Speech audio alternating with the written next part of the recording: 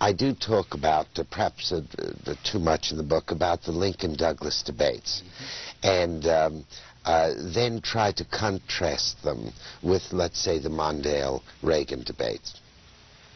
And I think of Barbara Walters, for example, asking the president for some answer to a complicated question about the Middle East, and then saying, Mr. President, you will have 3 minutes to answer, after which Vice President Mondale will have 1 minute to rebut.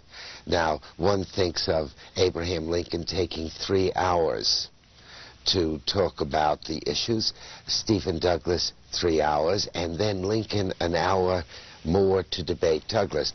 Now, wouldn't it be wonderful if Reagan and Mondale had turned to Barbara Walters and said, what sort of people do you think we are? What do you take us for? We're serious men running for high political office. These questions cannot be answered in 2 or 3 minutes.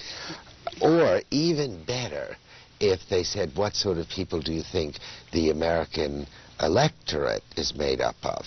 Now, what would your answer be to that? Because you have already posed the notion that the electorate, made up of people exposed to television as an entertainment constantly, are people who in all likelihood will not sit still for Lincoln or for Douglas or for Reagan or for Mondale, pretending they are Lincoln and Douglas.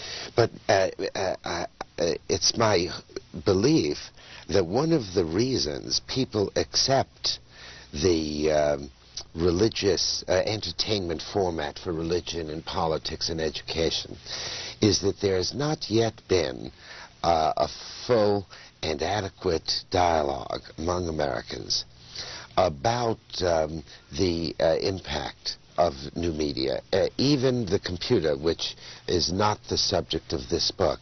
But I've noticed that now, once again, Americans are going into their usual stance in the face of a new technology, which is a great deal of enthusiasm, but no serious discussion about what its effects will be.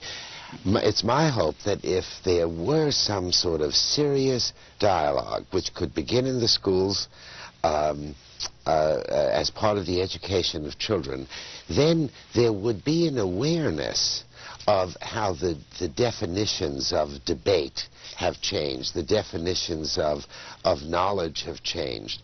That we would have to begin with education, I'm quite sure.